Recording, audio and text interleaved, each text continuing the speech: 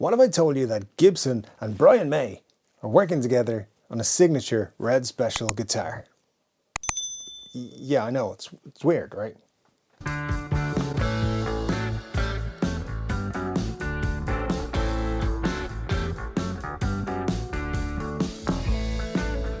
Hey folks, welcome back to the channel. My name is 3-Chord Dave. Today, Gibson and Brian May might be about to put out a Gibson Murphy Lab Red Special.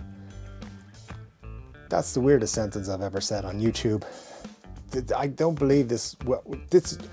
I am flabbergasted, but there might actually be something in this. So we're going to go through it and tell you all the stuff and see what you think of it, according to sources.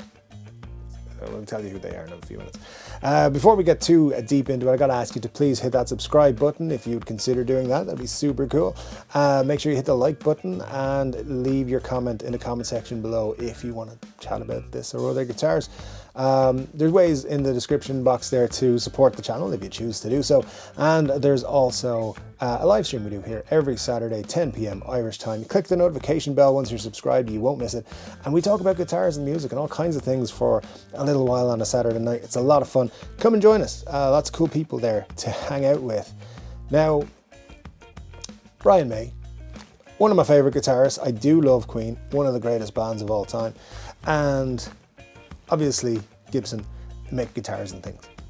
But according to guitarworld.com, which is the first place I've seen this story kind of refreshed, it's been floating around a little bit, but there's more details to it now.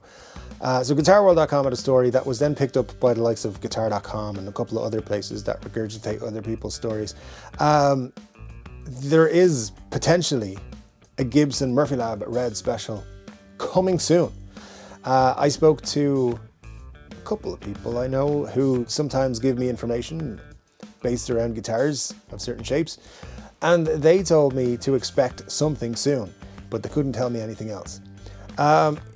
In February of this year, Brian May was at the official opening of the Gibson Garage, and people were a little bit surprised at that because he's never been a Gibson artist and has, for most of his career, been seen playing almost exclusively his Red Special guitar that he built himself. So why is he at Gibson? Well, as it turns out, at that event, Cesar, the CEO of Gibson, introduced a guitarist from a little band called Queen and said, "We're proud to have him as part of the Gibson family," which caused a bit of a raised eyebrow or two and had people questioning. So Brian May has addressed this and he said, "Some people have said, 'What the hell are you doing at Gibson?' But actually, I have a great relationship with Gibson now." Now, if that doesn't make your hair stand up, I don't know what does. Gibson and Brian May have a great relationship. What's going on? Why do they have a great relationship? It's very, very interesting.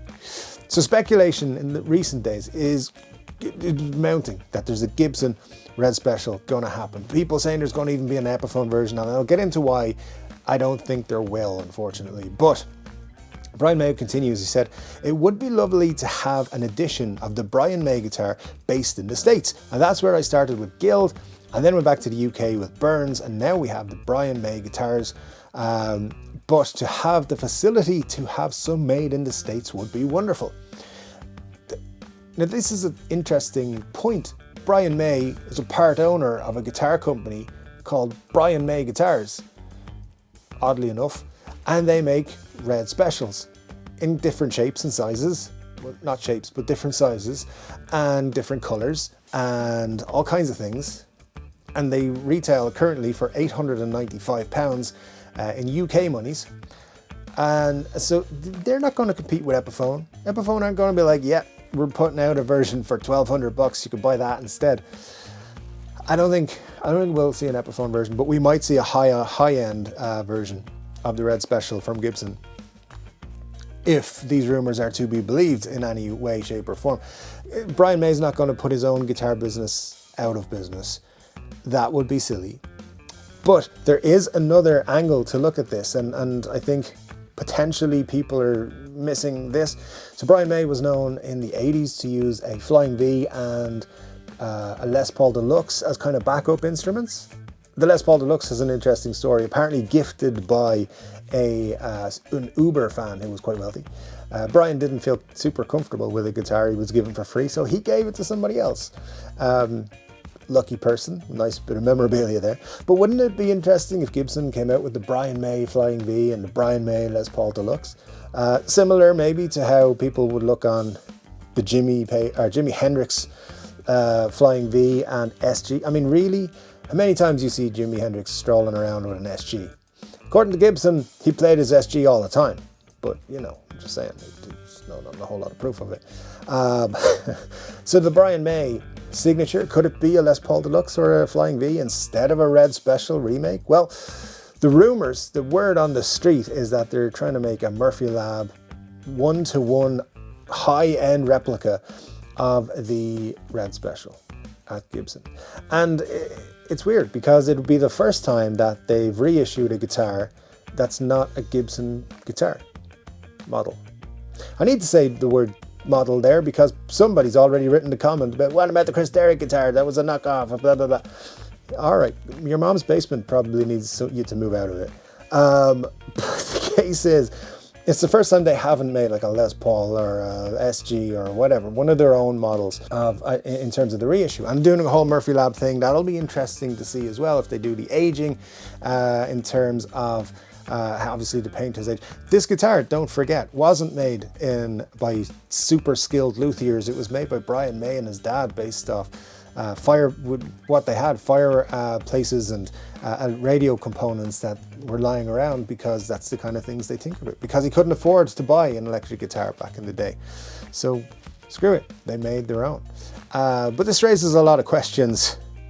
Like, would you buy a Gibson Brian May Flying V?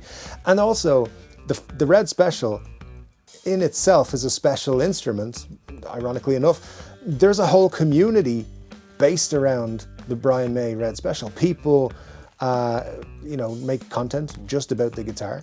People who are in this community, they build their own guitars. They have meetups showcasing the guitars that they've built that are replicas. It's a very, very cool and interesting community, and I'd love to kind of delve more into it. I think if this comes out, you'll probably hear a lot more all over the place about this, the Red Special community of people who build their own Red Specials. And if you haven't figured that out, there's very cool stuff out there. Definitely look them up. But Brian May, Gibson, it's just two things I never thought would come together in the way that we're thinking is about to happen.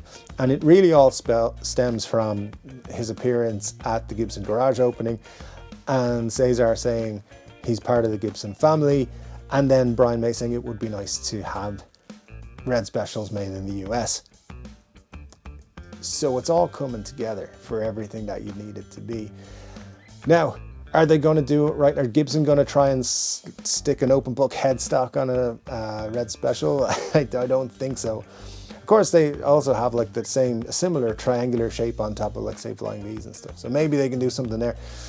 But one thing's for sure, if they're going to do it, they got to come together with one vision. Yeah, it's the one Queen song I chose to reference. Anyway, guys, thank you so much for watching. Let me know what you think of Brian May and Gibson coming together in the comment section below. My name's 3-Chord Dave. I'll be back with another guitar-related video maybe soon. And until then, take care.